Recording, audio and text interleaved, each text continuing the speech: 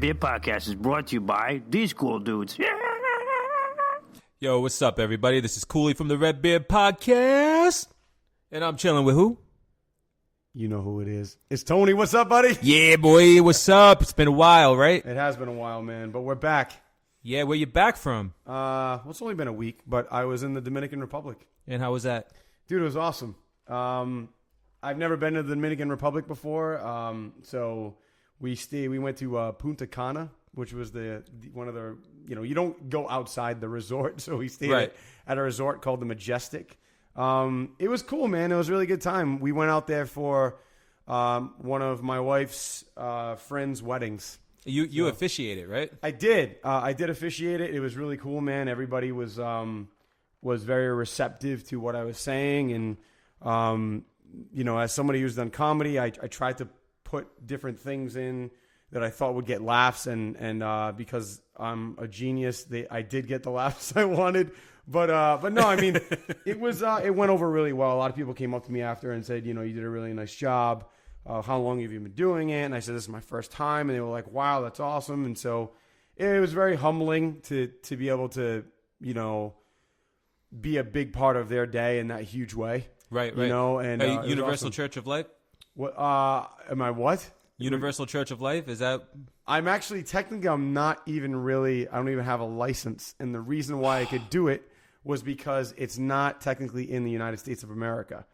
So, but they actually already were married legally. This was kind of like a ceremony for their friends and family. Gotcha. So they needed somebody to say something, and they knew that I don't have a problem being in front of people. So, I had a great time doing it, but because I did that and had that experience, I'm actually going to go on and get officially, ordained online. I'm going to do that. And one of the bride's sister wants me to call it DJ Revtone. Dude, it's pretty cool. You can do it in like a minute on your phone. Yeah. I did it on the way to my car from work. Oh, so you're ordained? That's hilarious. Yeah. I love it. Universal Church of Life, baby. That's what I'm going to do, man. I'm going to do it. That's awesome. Yeah. What is it like? Is it like $30 or something like that? No, it's free. It's free? It's free, and it's a minute of your time. Oh, I'm going to do it tonight when you leave.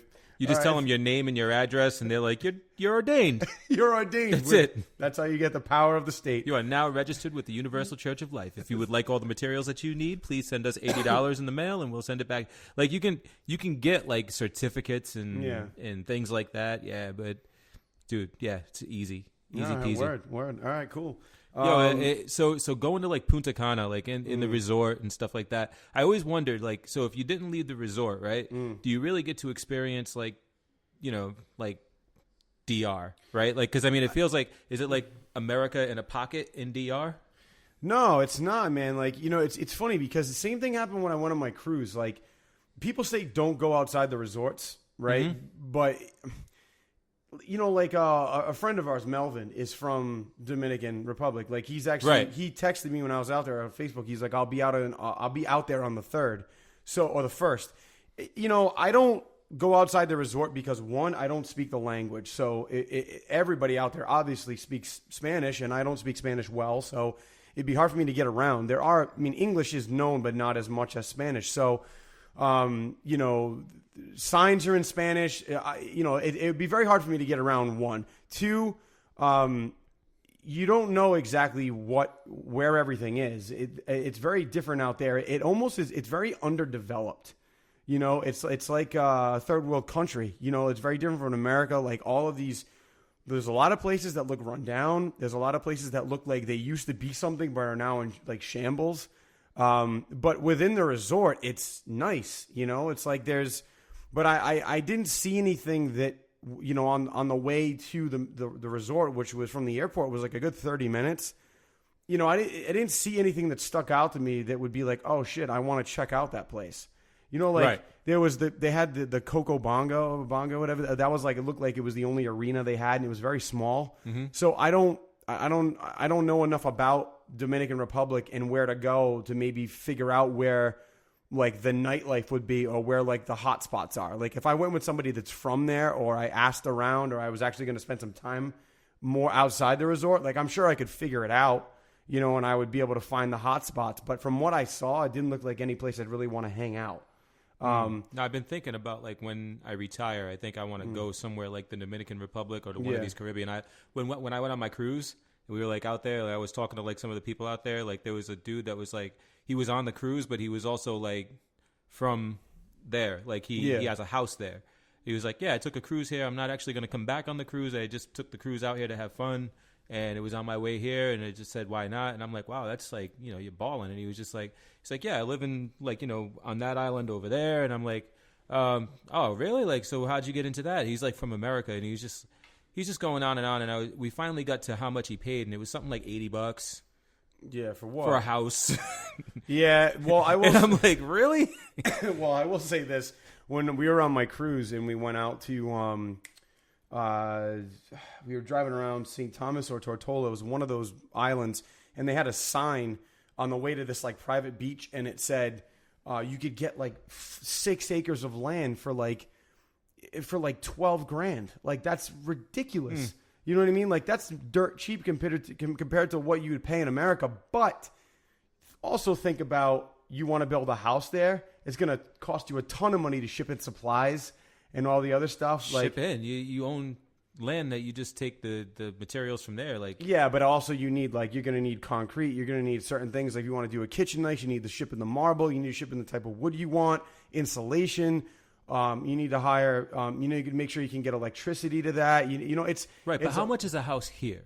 Oh no, and I understand that. You know what I mean? All that money, like totally. It's still going to be less. It's probably going to be less, but also it's in a very undeveloped area where there isn't a lot around you. Like, yeah, cool. Like you live on an island, but like, okay, and you're close to this beach, but I mean, like, it's a very rundown kind of area where you don't have nothing around you. There's no clubs, there's no restaurants.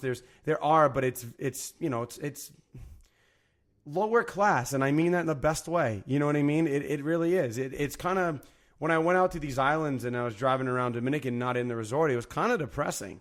I was like, wow, it sucks. I mean, I was glad I lived in America, and I'm not saying that like Dominican Republic is not a beautiful place, because it is. There's a lot of it's great weather. It's if you like warm weather, if you like humidity, some people love that. I don't, but it's warm weather. Mm-hmm. People love warm weather. You have palm trees everywhere. There's large plots of land that are really nice. But from my experience and from what I was doing there, I was in a resort, and that was very nice, of course. You're basically on this beach where it's all blue water. You have a pool like right outside your room where it's great. It was all inclusive, so all the drinks were free. All the food was free. I think the only thing I paid for was a couple souvenirs. We paid for, I think it was something else. Oh, like there's a couple bucks here and there where I would tip people. Like I think I got like $40 in ones that I brought with me that I gave to, the bartenders and stuff like that. Right. But I mean, it was super nice, man. I mean, the resort is really nice. They had one of those like Michael Jackson shows out there, where this whole very talented dancers and acrobatics, did the show, and then this one guy played Michael Jackson in like several different roles, and he was phenomenal. He moved exactly like him. So overall, it was a good time. I would definitely go back. But you know this about me, I am a big fan of fall and winter weather. So, I mean, like, I was out there and I was like, oh my God, like, I got to change my shirt. I've been outside for 3 seconds. But, but I will say this, the only thing that did surprise me is when you're in a resort, you would think that the place that you're staying in would have air condition. My room had air condition, right? But if you go to a place to have breakfast, or you go to a place for lunch, or even the Michael Jackson show, all these places were open. There was no enclosed area, and they didn't even have fans. So it's like you're sweating your ass off, like just sitting there. And I'm like, this is kind of stupid. Like they should at least have AC here, to have it be a little bit more comfortable. But but it's Dominican, so you're on a resort. Fuck it, you jump in the water after. I was wondering too, like you might be the first like white guy that I knew that went to a place like Punta Cana and came back with no tan. Yeah, dude, I used SPF 70 when I went out there, And I think you have a couple more freckles, but yeah, that's about it. I had to apply sunblock. Like, you're not even burnt. Like, no. Dude, well, I got burned on my cruise, and I learned from that because I had the sunblock on. So we're in the pool, and I put sunblock on before it's like water resistant. Dude, I put it on after 30 minutes. I put on more, and then I put on more again, and then we went out on this this like excursion, right, where they took us out. Becca went snorkeling. I didn't really feel like it, so I stayed on the boat. But then they took us out to this natural pond, natural water area, which basically, I don't know why they called it that. It was just the ocean.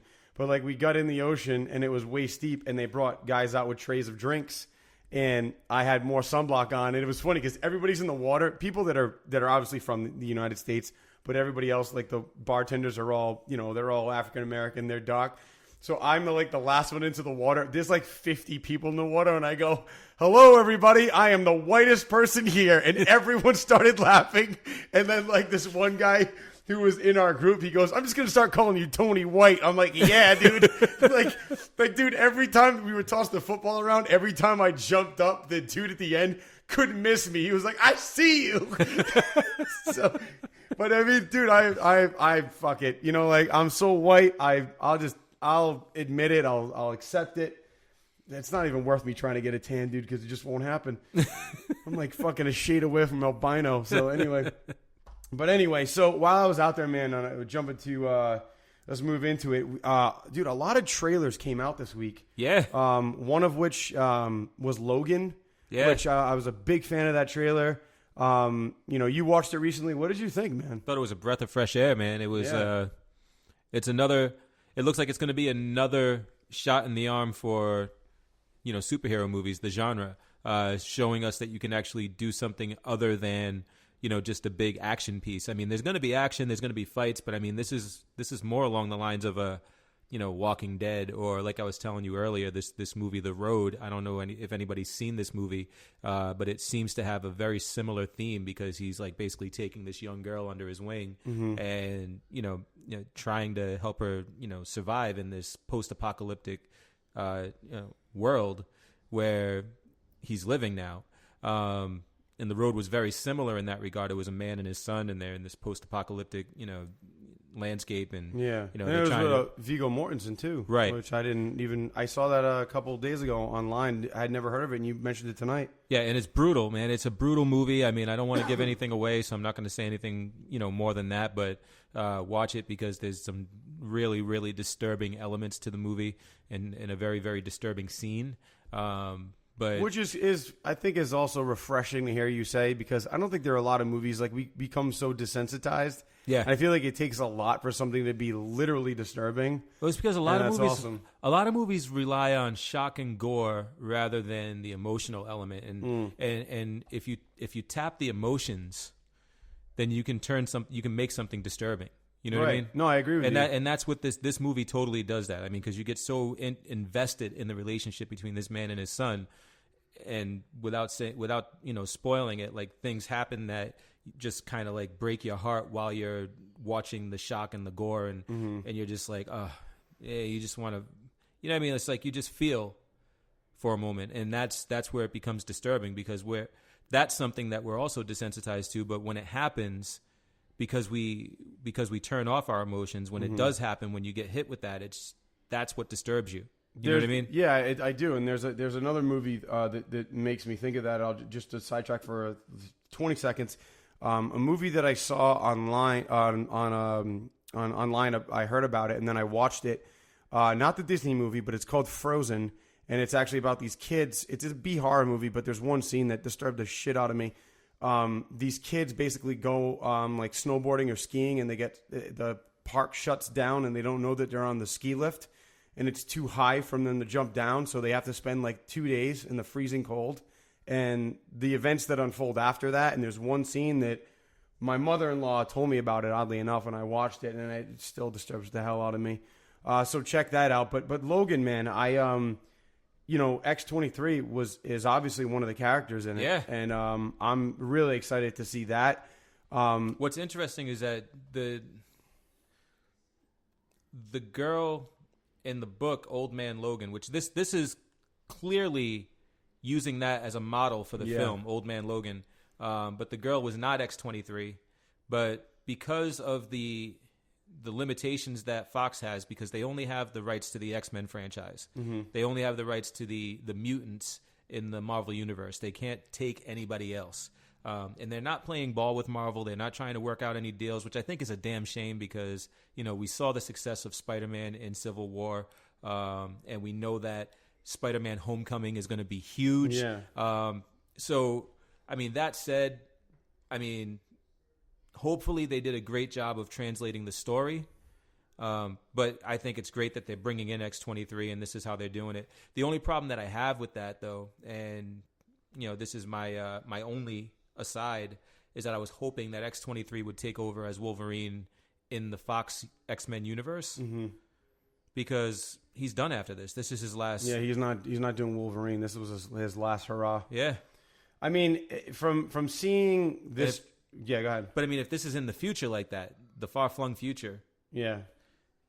They could do it though. They could do the time travel thing, but it's like they'll make it happen, and I honestly don't see why they wouldn't, because Wolverine I think has been successful in theaters, and why wouldn't some version of that be successful on TV? But that's going to change the character fundamentally in my eyes. Yeah, maybe not fundamentally, because fundamentally I think the character is just this girl who's been weaponized. Yeah. She was raised to be a weapon, and she's trying to find her humanity, and they can still do that with the character, but her origins are a little bit different. Well, yeah. Yeah, okay. I can see that. I think the one thing that really, I watched this trailer, I think legit 5 times in a row because I'm such a big Wolverine fan. And I think a Hugh Jackman Wolverine fan at that. Yeah, exactly. And I think the one thing that really stuck with me was the emotion behind his eyes in this film is very different than just the angry Wolverine, like, I'm pissed off, and like he's with the other X-Men that are just pissed off. Like, at the beginning of this, he's like, the mutants are all gone. Like that's it. And, you see like an older Patrick Stewart in this, and who is taking the place of Hawkeye, I believe, because Hawkeye was the sidekick kind of for Old Man Logan in the book. So right. And I really like just understanding, like, although Wolverine Logan is something that would be considered a fan favorite, and he is such an awesome, X-Men and he's just got these cool powers. He really is just like this. People forget he's like this tortured soul. He's gone through so much shit in these multiple lifetimes, and he's losing everybody he loves. Right. And he's just tired. Yeah. And I love to see that in this movie about him. It's just like, it's not this guy who's like got a cigar and he's sarcastic and he's funny, but he fucks people up. Like, awesome. That's Wolverine. But like, there's this other side of him where in this movie, I feel like he's really showing like the pain and the regret and the depression and like, and just like the hopelessness of being stuck in this life where it's just one lifetime after another of constant pain. And I really like that about this. And I think that it's going to be a whole different side of him that people haven't seen yet. Yeah. And the beauty of it is that it's age. Yeah, exactly. It's age that did it to him. It's not that it's a different facet of Wolverine. It's that his age has kind of let down. It's chipped away all the other elements of his character, right, and left just that. Yeah. But what one real another weird thing to me about this film is just that it's you got Patrick Stewart as, old man Xavier, I guess, right? Right. But dude, like so Wolverine has looked the same since like 1942, right? Right. Which means for him to look that beat down and fucked up. I was thinking the same thing. It's going to be far, far away. I was thinking the same thing. How the hell does Patrick Stewart look so good? Yeah, I was thinking like, wait a minute, for him to look that old, how is he not dead? Yeah. You know what I'm saying? Like, that's the only thing about that where I was like, this doesn't make sense on a timeline wise. Right. But okay, we'll accept the fact. The only thing there is it looks like his healing factor may be breaking down. So maybe that's what that is? Because like I mean, you can see like scars on his back and his hands aren't healing. Yeah, up that's when the his other thing claws I didn't go in. understand that too. Like, why was he bloody and shit? I mean, maybe. I mean, but isn't that healing factor just a part of his DNA? Like, it shouldn't break down. Well, like, it looks like it's breaking down like due to age, maybe. You know what I mean? Because still, like I mean, like a dog. Yeah, but right? he's got to be like 700 years old But I for mean- that to start breaking down. Like, Patrick Stewart should already be dead 4 times. You know what I mean? For his healing factor to stop. So, but I don't know, man. I mean, like overall, I mean, I think there's a lot of new stuff we're going to see in this movie. Just going to see him really, I think, go out on this character on a high note. Yeah. I think it's time for him to just let it go because, dude, he's already proven his worth as Wolverine. I don't think anybody's going to ever beat Hugh Jackman. And thanks to Ryan Reynolds, it's going to be rated R. Yeah, seriously, man. Yeah. By the way, the creator of Deadpool is going to be at Rhode Island Comic Con. Really? Yep. Rob Liefeld? He's going to be there, and I'm going to meet him. And, dude, I saw that today, and I was flipping out because he is officially there, and it's got a whole thing about everything he's done, and he's like smiling, holding up like a Deadpool comic, but I definitely want to meet him and get some shit signed. So it was just cool that he's coming. Another trailer we got to talk about is obviously, you know, I'm a big fan of this, is the new Assassin's Creed trailer, which looked phenomenal. Did you have a chance? I watched it. Yeah. And I was still kind of meh about it because I felt like they still showed the same footage. There was a little bit more that they added threw some in. stuff too, though. Yeah, like they added a little bit more. They added more of like, you know, what to expect from the story. That's what I was looking for. Right? Yeah. But I mean, all they really did was take the other trailer, change the soundtrack to it, and pepper it with a few more pieces of dialogue so that you can get a fuller understanding of what it's going to be about. And while that's great, I'm still not a fan of the way that the way the Animus is like working out. Like Instead of being like a thing he lays down in. Yeah, like I don't know that I like it being this virtual reality arm that like swings you around and all that. Like I mean that's not necessary, and I felt like that was a waste of.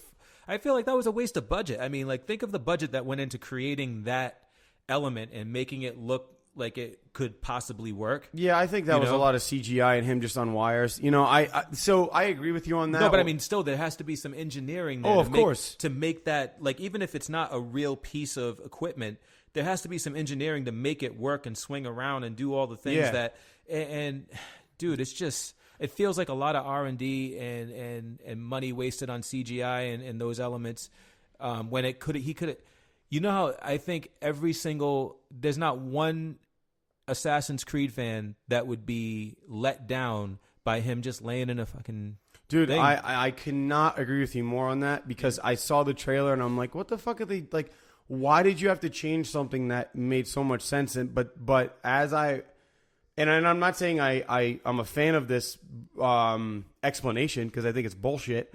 But somebody was like, "Whoa, there would be nothing for fans to see if he was just laying down in an Animus, but we wanted to make it more action packed if he was in this moving thing." And I'm like, "That's bullshit," because everybody who's played the game didn't have a problem with it. So why the hell does it having a problem with it? And like we know, it don't change it. Right? That's like nobody gave a shit when Keanu Reeves and everybody else was laying in a fucking chair in the Matrix. You know, like it doesn't matter. Exactly. So you know, like just show us what's going on in his head and in the memories he's going through, and I think that would make sense. So that didn't make sense.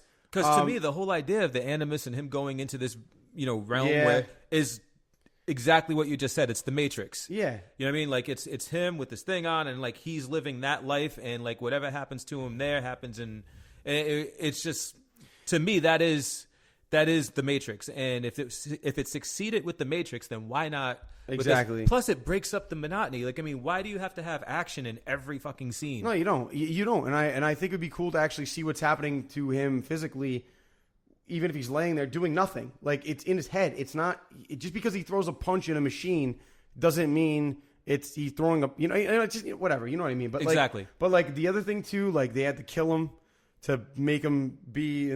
Now no one knows you exist. Like that was kind of stupid. Okay. Yeah. And then like okay, why don't you already got him? Like just do what you want with him. No one cares.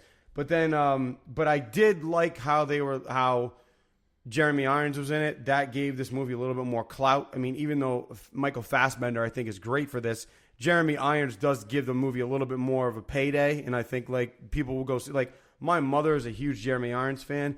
I sent her this. She's into all that Gladiator shit. So Yeah. I was like, Mom, check out this trailer. And she was like, holy shit. She's like, Michael Fassbender, Jeremy Irons. She's like, the Spanish Inquisition. She's like, how can you not go wrong? She doesn't even give a shit about the game, and she wants to go see this. So, Right. so you know what I mean? Like, take into effect that I feel like this is going to attract people that might have never even seen the movie because of who's in it. And But let's be real though. Jeremy Irons was in Dungeons and Dragons. he was, fuck that, but he was also, what a shitty movie. But I always think of the voice of Scar. I always think of Lethal Weapon. And I always think of, he was in The Tudors as like the, somebody, I didn't watch it, but I know that he was like somebody who was really fucked up and twisted. So, And he's Alfred. and he's Alfred. Yeah, and he's got a British accent, which makes him so much cooler. But like, and he does really have a cool voice, hence the voice of Scar. So I just like seeing that, I was like, okay, cool. But he lends some information in the trailer that I was really attracted to. He's like, we've traced your ancestors from 500 years ago who were part of the Assassin's Creed. And then she's like, welcome to the Spanish Inquisition. I'm like, boom, that's how this all happened. This is how this movie's going down. I get it now. And that's why that trailer was like, fuck yes. Now I know how they're doing this. You know, like that was, everything kind of clicked for me when I saw that. Even though I don't agree to how they got there, they got there. You know what I'm saying? And that's what I was worried about. So whatever. I mean, it doesn't really it doesn't create an exact parallel to the game, but I'm excited to see it in December. Right. Jesus. So yeah, I mean, I'm excited for that. And there was another trailer which I'm going to let you talk about because this is your baby, man. You know what I mean, just do it, man. Because you texted me about it when I was on vacation, and I think I hit you up about it. Yeah. So there is a teaser. I'm not going to call it a trailer. It was a teaser. There's a teaser for Guardians of the Galaxy Volume 2, and I don't even know what to say, man. I immediately fell in love. I mean, the only thing that So what you're saying is that it teased your penis a little bit. A little bit. A little bit. The only thing, and this is, again, me just being picky, I just wish they started off with a different song. Yeah, okay. Like, I feel like the whole part of the first movie was the soundtrack. Like, the soundtrack is really what tied everything together, and it was its own character in the film. It was. In the second movie, I was looking to see, you know, what direction they were going in with the soundtrack, and we got kind of like a remix of Hooked on a Feeling, which, you know, great, but, you know, who remixed it in space? You know, like, was there like somebody who was... Is there like some alien DJ that hooked them up? You know what I mean? So obviously that's not coming, you know, that's not in his Walkman. You know what I mean? Yeah, but I think that was something that they threw in to like when you're watching the teaser, if you don't know what it is, you're like, is this oh shit, it is. You know what I mean? I think that's kind of like they were teasing people with like a reference to the last movie. Right, because there's not actually like a theme song that is kind of the theme song for Guardians of the Galaxy, right? Yeah, I guess. Like, it's not like they could be like give you like the Jaws theme song. Right. Dum, dum. Yeah. Right. Yeah, Like, exactly. That would have been weird. Imagine that they play like Jaws, and like and you then can't be like kill.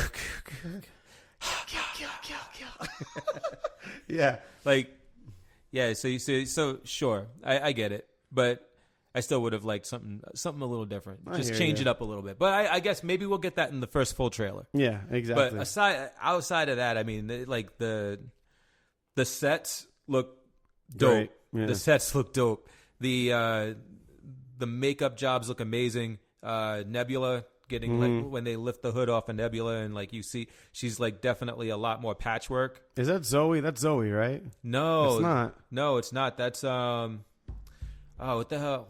Look it up. I will look it up. Keep going. So yeah. Yeah, the makeup work did look awesome, man. They did a really good job. I liked Rocket She's at from the very Doctor end. Who, though. This young lady, she's from Doctor Who. She's anyway, yeah, look it up. But yeah, Rocket looked great. Baby Groot was cute as shit. Yeah, he was. Yeah, with his little red jacket on. yeah, he was. Yeah, he was. Dude, I think this movie is. I think it's going to do really well because the first movie did really well. Wait a minute, hold on. No, this is, dude. It's no, it's the girl in the green. It's Zoe Saldana. No, there's listen, Zoe Saldana is she plays a different character. That wasn't her then? Yeah. But the girl in the green, that was she plays Gamora. Yeah, that's what I was talking about. I'm talking about Nebula. Oh no, not Nebula. No, I was Nebula's her sister. Oh no, that's not who I was. No, I know what you're talking about, but that wasn't okay.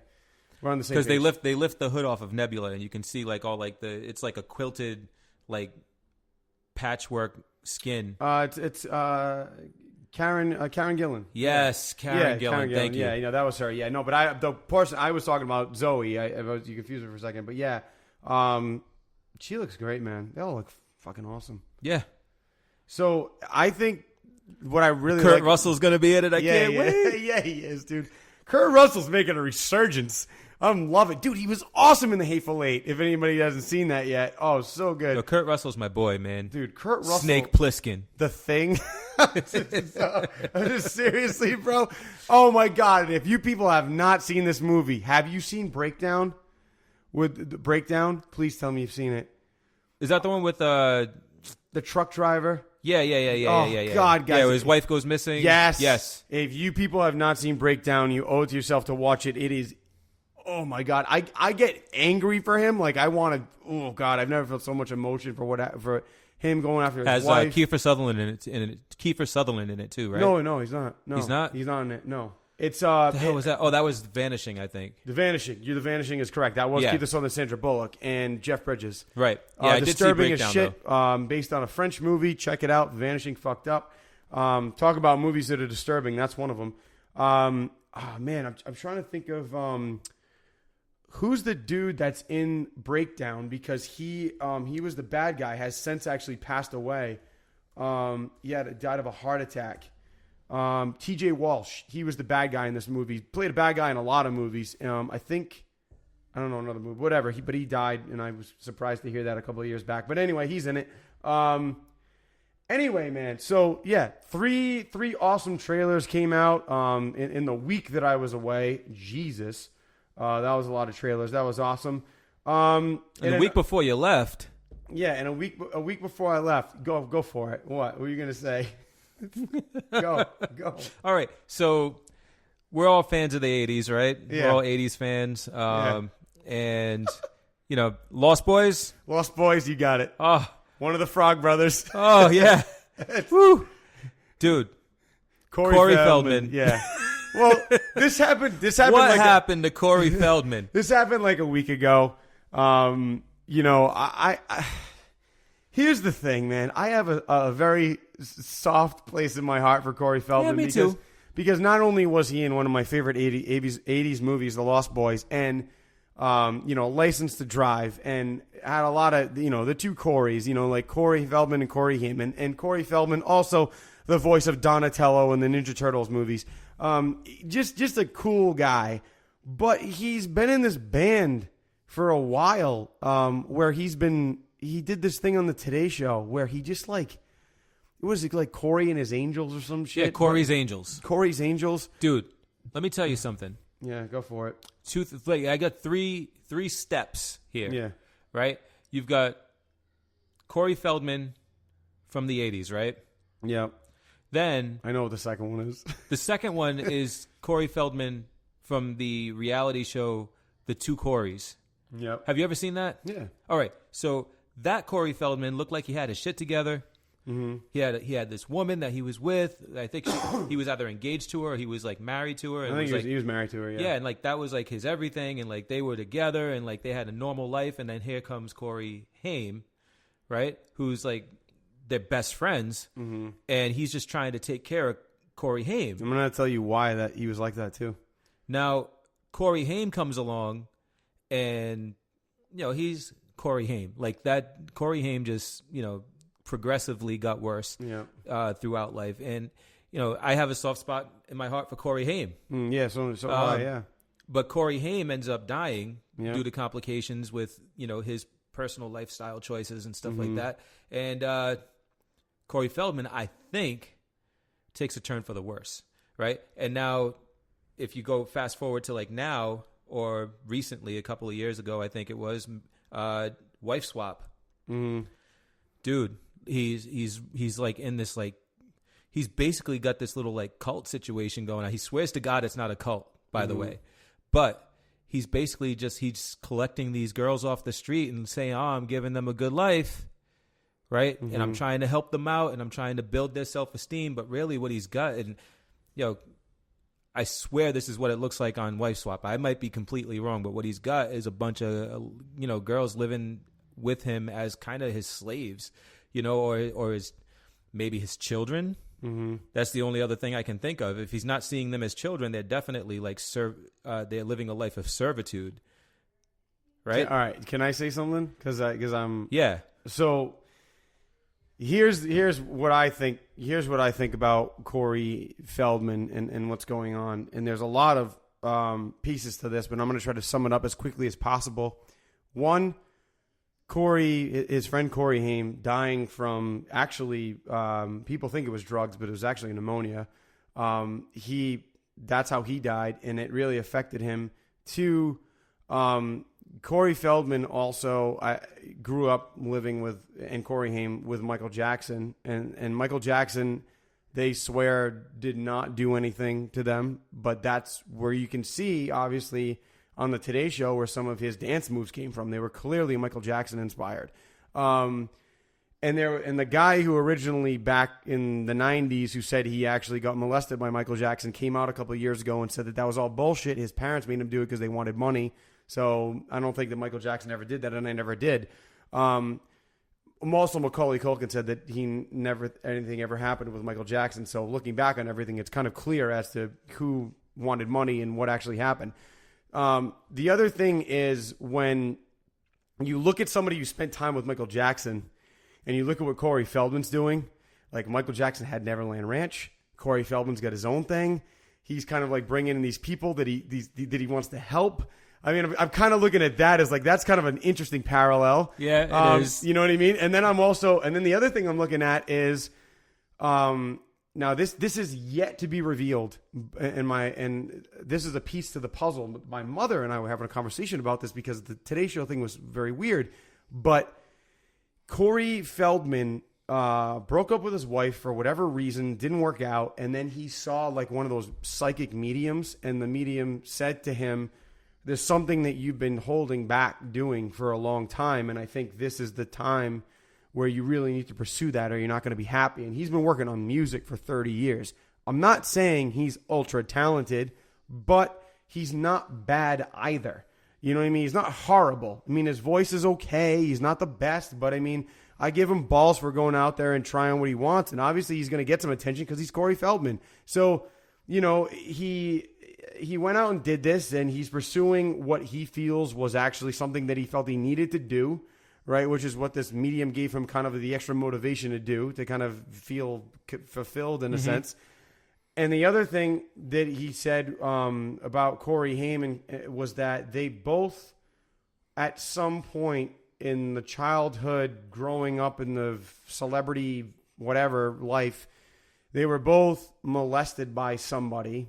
And Corey Feldman has yet to release the name, but it is an A-list celebrity that is still alive, that they haven't released the name yet. And there's been a lot of talk about who that is. And it was huge on Twitter maybe about like 4 weeks ago, when it was kind of hinted at. And nobody knows who it is, and they haven't said who it is either. But they say that's the reason why Corey Haim went down fucking hill, because he couldn't deal with it. Yeah. And Corey Feldman obviously had a wife. He had a family. He was able, maybe that's why he was able to kind of keep it together. But Corey Haim is hiding by himself. He's not a big celebrity anymore. And that was, I think, eating away at him. Yeah. Which is why he turned to drugs and had these other problems, and then eventually died of pneumonia. So who knows? But look, I mean, like, if you're, I'm not trying to make him out to be, a bad person or evil or anything like that. People have their vices, and they have their reasons for having their vices. But when you are a user of drugs on a regular basis, and you drink as well, your body does not function the way that it should function. Of course. You catch pneumonia, it's a death sentence, because your immune system is completely broken down. I don't want to say normal, but a person who's not addicted to a drug, or has not used drugs over a long period of time and has not been, an alcoholic for a long time, and has not had those problems, okay, a person in that health has a much better chance, and I mean much better. I'm not saying they're 100% immune to dying from pneumonia, but their chances of dying from pneumonia are very, very slim. They can be rehabbed. They can be they can hospitalized in some way. Yeah, exactly. So I mean, like I wouldn't confuse the fact that he had pneumonia with, and with the fact that was the only thing that killed him. It was certainly pneumonia that was the coup de grace or the coup de grace or whatever the fuck you say. I'm not French, so, but I'll use those I'll use those French words. But there was something leading up to that to me that's the cause of his death. Okay, yeah, and I agree with you on that. I do.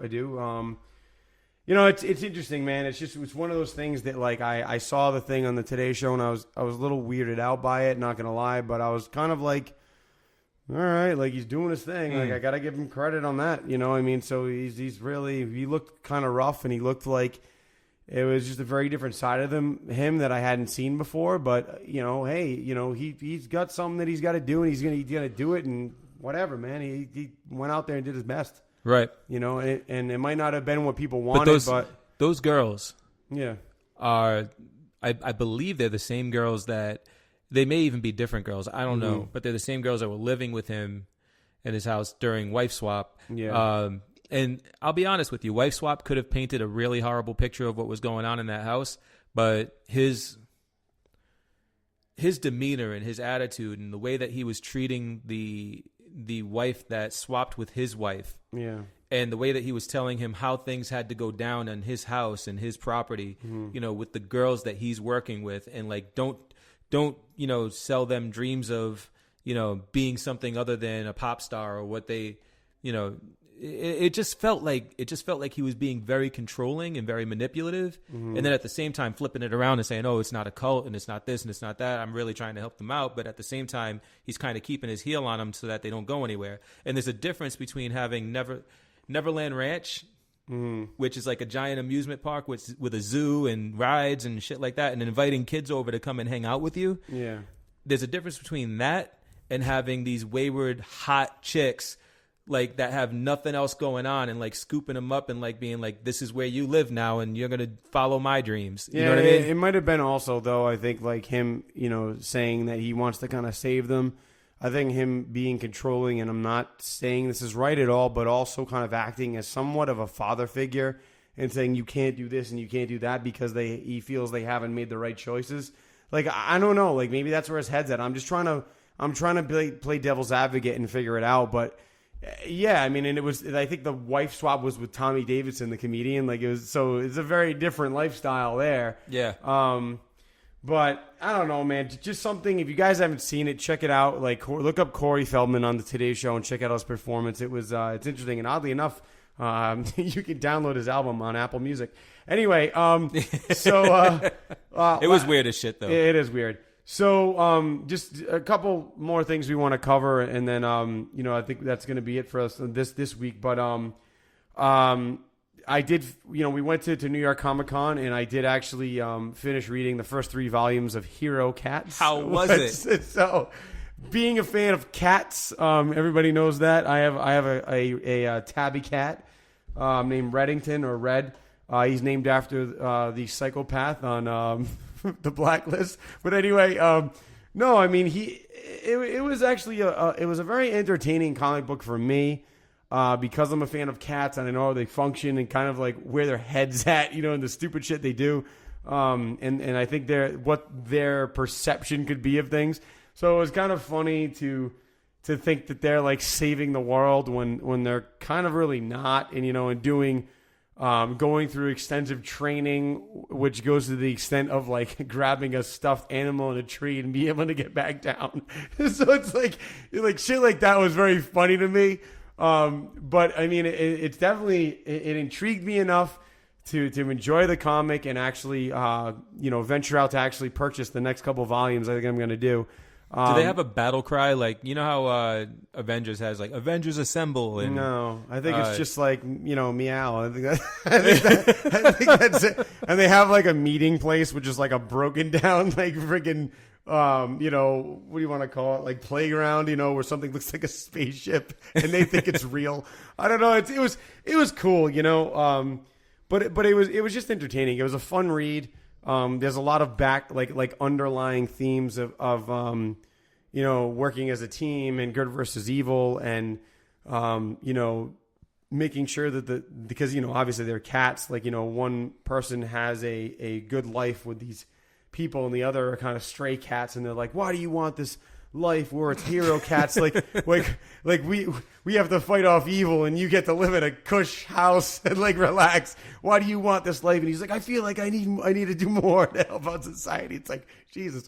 Well, like I definitely, it's interesting. It's a fun read. You can't take it seriously, but it's a lot of fun, and meeting the guys from Action Lab, kind of made me want to jump into it anymore. So I give them a shout out. You guys did a great job with this. I'm looking forward to kind of, seeing where this goes and seeing the storyline go. And obviously, if anybody out there is a fan of cats or your own cats, it is something that I recommend reading, because you might actually find a little bit more humor in it than somebody that doesn't own a cat, because there are a lot of things that are definitely in there for cat owners that I think they're kind of aiming towards that audience where they would find those things funny or relatable. So, shout out to Action Lab. Nice job, guys. I'm definitely going to keep reading.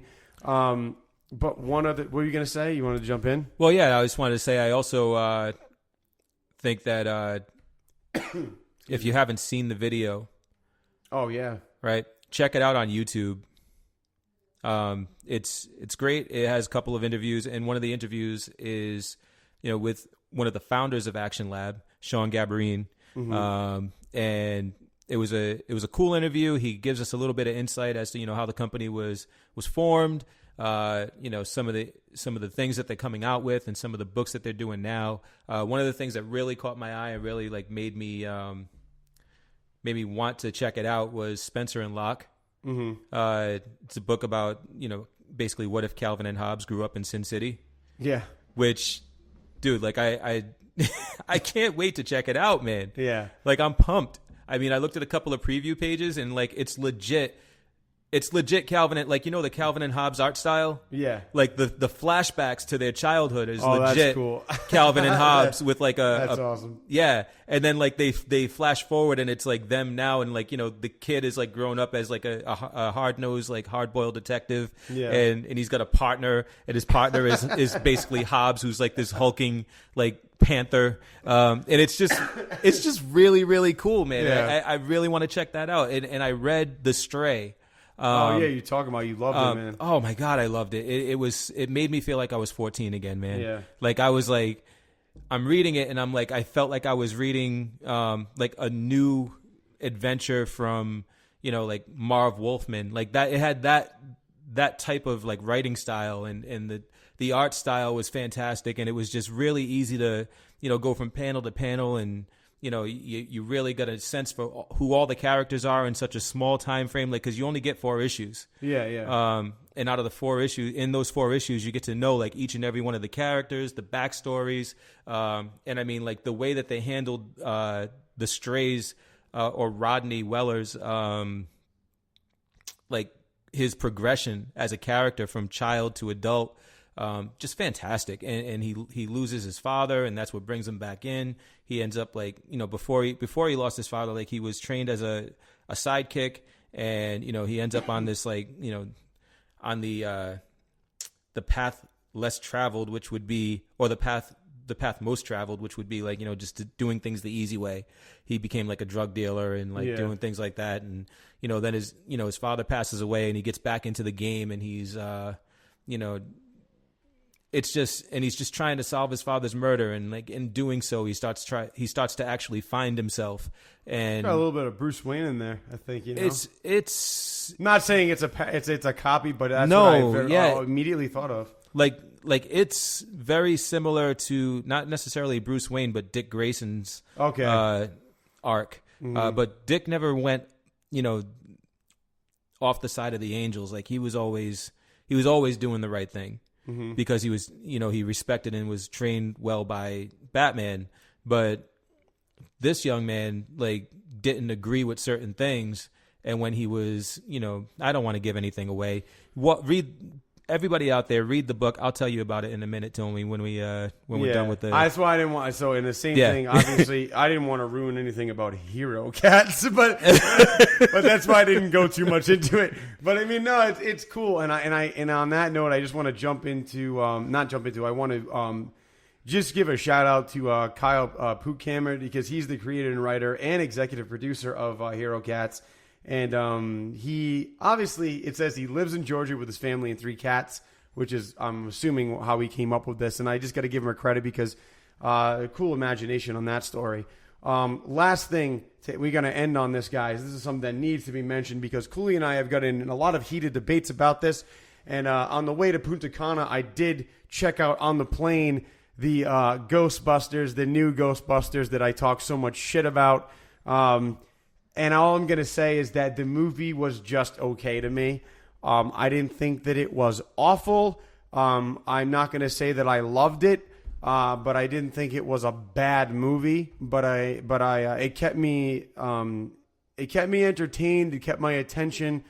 A couple parts were a little boring to me, where I felt like it was a little too repetitive.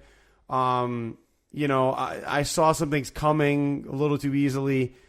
The other constructive criticism that I would have was I thought they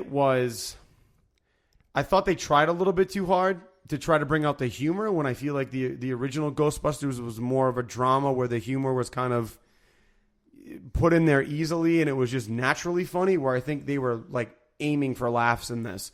I also feel like, and you brought this up earlier, which I thought was a good point, but for me, Chris Hemsworth, I feel like I don't get why they chose him for this, but it was funny. And you said that it was, a cool switch. How, instead of having like the bimbo as the secretary, they had like the hot hunky guy, who was stupid, right? And I thought that was a point well deserved, and I agree with you on that, right? Because it added contrast to the female characters being the strong characters. Yeah, like even the ditziest. And I wouldn't say ditzy because she wasn't really ditzy, but like, Kate McKinnon, how she was kind of like out there and loopy. Like she was still a stronger character and a stronger like hero, I would say, quote unquote, than the Chris Hemsworth character. Like nobody leaned on him. Nobody wanted to lean on him. And it kind of gave them separation. And I think that was, I don't think it was necessarily needed, but at the same time, it was like, it provided a very stark contrast that, bravo for them to actually think of putting that in the movie. Yeah. The only other thing I had was I felt like the plot line for me didn't make like a whole lot of sense. Like I get what was going on, but like they didn't really explain this dude and why he had an interest in doing this and where these souls came from and how he got them and how he trapped them. They were just in these mirrors, and I didn't understand the parallel between that and the museum at the beginning, which is where the ghosts seemed to come out of. Like it didn't seem to have one big connection. They didn't understand if he was a scientist and how he built all this shit. And, that was just like, I didn't get it. And it didn't understand why he had this agenda. Like, it didn't really make too much sense to me, or it wasn't clear enough. The other thing, the cameos, I didn't expect Bill Murray to get killed, but I thought it was funny how he got thrown out a window.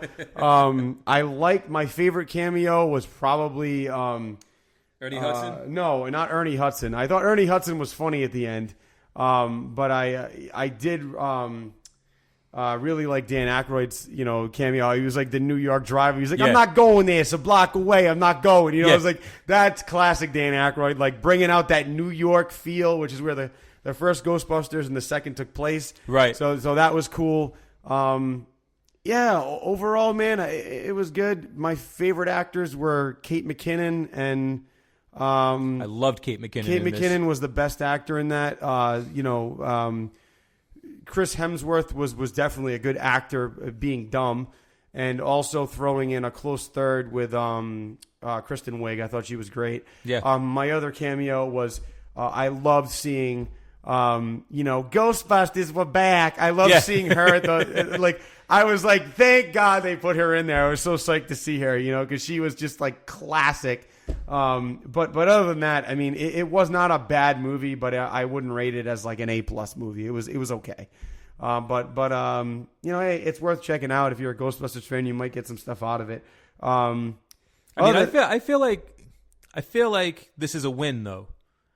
And on my end? My end. On your end? I feel like this is a win because you were so against it. You were so absolutely like hard-nosed, like, I don't get it. I don't think we need it. I don't think I'm not going to go see it. And you see it, yeah, albeit on a plane, on a little-ass screen with headphones in or whatever. Bose you noise see canceling it, headphones. Bose noise canceling headphones. Okay. You see it and you come away with. If you come away with, I didn't hate it. To me, that's a win. All right, I'll take that. But I will stand by this. Do I think it needed to be made? No. I think the Ghostbusters franchise would have been fine without it. But hey, Ryan McCarthy, if you're listening to this, man, I know you're as big of a Ghostbusters fan as me. It's not as painful as you might think, but hey, check it out. If you're still against it, I get it, man. Anyway, that's going to do it for us this week on RedBeard Podcast. We'll be back next week as usual. So, guys, Halloween's coming up. We might be throwing in that supernatural paranormal episode we've been talking about. So keep your eyes peeled and your ears listening. Yeah. All right, guys, we'll see you next week. Later. Peace.